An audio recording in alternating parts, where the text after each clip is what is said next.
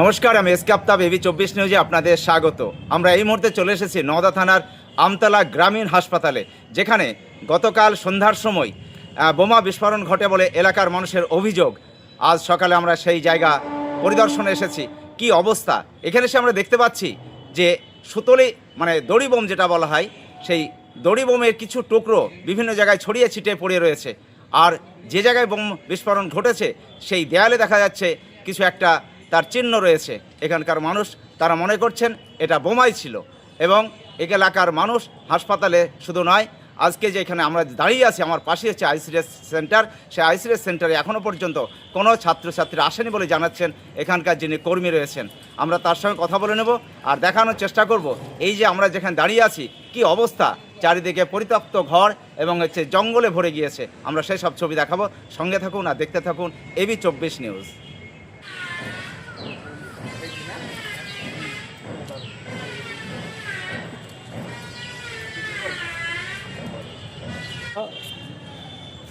কি করাচ্ছেন ওগুলো? যে গতকালকে আপনার বোমা বিস্ফোরণ হয়েছে এখানে, তা বারুদের স্তূপ এখানে লেগে আছে এই দড়িগুলোতে। আর আপনি দেওয়ালের দিকে তাকান, ওখানে দেখতে পাবেন চিহ্ন রয়েছে। এই জায়গাতে জায়গাতেই পড়েছে যে বোমের স্তূপ লেগে আছে এখন। এগুলো কি বোমের দড়ি বলে মনে হচ্ছে? হ্যাঁ, বোমের দড়ি বলে মনে হচ্ছে, কারণ এর সঙ্গে শুকলেই বুঝতে পারবেন আপনি। কিরকম গন্ধ রয়েছে? গন্ধ করছে তো। কি গন্ধ? বারুদের মতোই গন্ধ করছে।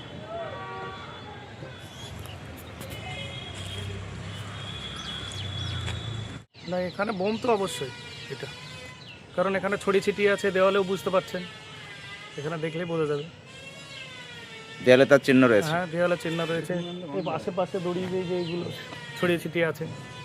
ও দড়িগুলো তো অন্য কিছু হতে পারে না, ওগুলো বারুদের মতো স্তূপ দেখা যাচ্ছে, সেগুলো তো লেগেও আছে। আর দড়িতে কোনো গন্ধ পাওয়া যাচ্ছে? হ্যাঁ, শুকলে গন্ধ পাচ্ছে তো অনেকে বলছে। কি বারুদের গন্ধ? বারুদের গন্ধ। তাহলে বোম শিওর? হ্যাঁ, বোম শিওর। এটা কি কাম্য? না, এটা কাম্য নয়, কারণ এখানে স্বাস্থ্যকেন্দ্র, আমতলা গ্রামীণ হাসপাতাল, যেটা নওদা ব্লকের স্বাস্থ্যকেন্দ্র, এই স্বাস্থ্যকেন্দ্রে এইরকম ঘটনা খুবই লজ্জাজনক এবং দুঃখজনক। তার সঙ্গে মানুষের কোনো পরিষেবার কোনো চেষ্টাই নাই। আপনার নাম? আমার নাম রিসিম আলী শেখ। বাড়ি বাগাছড়া। দেখতেই পাচ্ছেন আইসিডিএস সেন্টার আজকে ছাত্রছাত্রীবিহীন। সেখানে একটিও ছাত্রছাত্রীরা আসেননি, কারণ গত রাতে এখানে বোমা বিস্ফোরণের ঘটনায় সে আতঙ্কেই নাকি এখানে আসেননি বলে জানাচ্ছেন এখানকার আইসিডিএস কর্মী। আপনাদের আজকে এই যে আইসিডিএস সেন্টারে কোনো ছাত্রছাত্রী দেখছি না কেন? কালকে এখানে বোমা পড়েছে, এর ভয়ে গার্জেনরা একটা বাচ্চা পাঠায়নি। কোথায় পড়েছিল বোমা? বোমাদের সামনেই ধরে। আচ্ছা, এই সামনে সব দেখছে এখানে। আপনারা কিভাবে জানতে পারলেন? আমরা কালকে রাতে আমার বাড়িতেই তো শব্দটা গিয়েছে। তারপরে আশেপাশে আমাকে কর্মী হেল্পার সব ফোন করছে, বলছে তোমার সেন্টারে বোম পড়েছে এই ধরনের। তা আমি আবার কর্মীকে ফোন করলাম, কর্মী বলছে আমি তো খুব অসুস্থ, তুমি যাও, বাবাকে পাঠাচ্ছি, যাও, ভয় নেই। আমি এসে খুলছি, ভয় আতঙ্কে রান্না করছি আর বাইরে দাঁড়াচ্ছি, রান্না করছি বাইরে দাঁড়াচ্ছি। এরকম এক এক করে এবার আসবে বাচ্চাদের। তাহলে এখন পর্যন্ত বাচ্চারা কেউ আসেনি সেরকম? আপনার নাম? নাম চাইনা মাঝি। তো কতটা আতঙ্কে আছেন? বিশাল বিশাল আতঙ্ক, কথাই তো বলতে পারছি না আমি ভয়ে। তো এই যে হাসপাতালের মধ্যে বা আইসিডিএস সেন্টারের কাছাকাছি জায়গায় বোমা বিস্ফোরণ, কি বলবেন? অন্যায় তো, চরম অন্যায় এটা। এরকম যে একটা জায়গায়, হসপিটাল জায়গা, চারিদিকে বিডিও অফিস, এদিকে এর মাঝে এই জিনিসটা আমাদের তো আতঙ্ক, বিশাল আতঙ্ক এটা। আপনার নাম? চাইনা মাঝি। কি দায়িত্ব রয়েছে? আমি হেল্পার। আচ্ছা, আমরা দেখছি, আপনারা দেখুন।